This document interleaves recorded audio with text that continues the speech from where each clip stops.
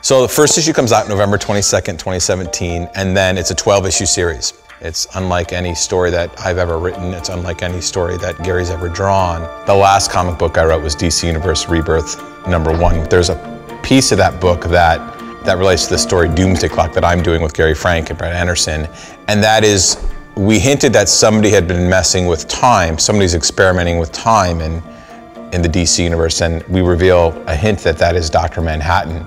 There's kind of a temporal anomaly in the Batcave, a chronal explosion, and there was an object that came out of it. And Batman uncovered it, he pried it loose from this cavern wall, and as he pulled it out, the big image was Batman holding comedian's smiley face button. When the seed of the idea started to happen in my head, and I talked to Gary about it, Gary Frank about it, that Dr. Manhattan would be this character and would intersect with the DC universe in a very subtle way at the end of the Rebirth special. Both of us were rightly so nervous about it. I think there's a real slippery slope of just saying, oh, let's have Rorschach and Batman have a fist fight. We're not interested in just kind of having some funny mashup, because that's not what we're doing.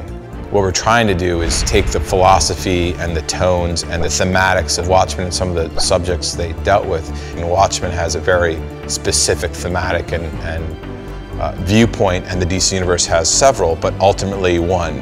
And we talked a lot about what that would look like in 2016, that in November, the election happened in the US, and then a lot of other things happened in the world. And I was looking at everything, and I reread Watchmen, and suddenly one day the story just, it was in my head. And I called Gary Frank and I said, okay, Gary, I think I have the story. And he was like, okay, let me hear it. And I pitched it to him, and he said, I have to draw that story.